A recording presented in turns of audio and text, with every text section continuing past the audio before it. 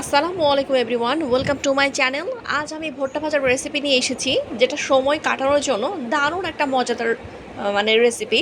তো এটা করার জন্য আমি নরম ভুট্টা, যেটা দেখতে পাচ্ছেন, যেটা হাত দিলে একদম বসে যাচ্ছে, ঠিক এরকম নরম ভুট্টা আমি নিয়েছি এবং এটা আমি এখন ভাজবো। ভালো করে ধুয়ে নেবেন আপনারা। তো এটা ভাজার জন্য আমি লবণ দিয়ে দিব, লবণ দিয়ে ভালো করে মাখিয়ে নিব হালকা একটু পানি দিয়ে। আর এটা কিন্তু দারুণ মজাদার, আপনারা অবশ্যই একবার ট্রাই করবেন। আর তারপরে কিন্তু আমি ভালোভাবে মেরিনেট করে নিয়ে এখন আমি কড়াই দিয়ে দিব আর কি। এটা কিন্তু ভালোভাবে ভাজতে হবে আর কি।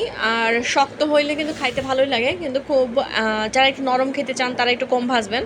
তো আমি ভালোভাবে নাড়তেছি, তারপরে আর একটু লবণ দিতে হবে এবং হালকা একটু আমি মরিচের গুঁড়া দিব। মরিচের গুঁড়া দিলে দারুণ একটা স্বাদ নিয়ে আসে। আপনারা চাইলে কিন্তু এখানে ম্যাগি মশলাও দিতে পারেন। তো মরিচ গুঁড়া আর লবণ দিয়ে সুন্দরভাবে আমি আর সয়াবিন তেল একটু দিব। সয়াবিন তেল দিয়ে আমি ভালোভাবে এটা নাড়তে থাকবো। তো মোটামুটি আমার যখন ভাজা হয়ে আসছে আমার মোটামুটি, এখন আমি এটা নামিয়ে ফেলবো। আর অবশ্যই পরিবেশন করব। মানে এটা বিকালের জন্য একটা দারুণ একটা মজাদার রেসিপি আর কি।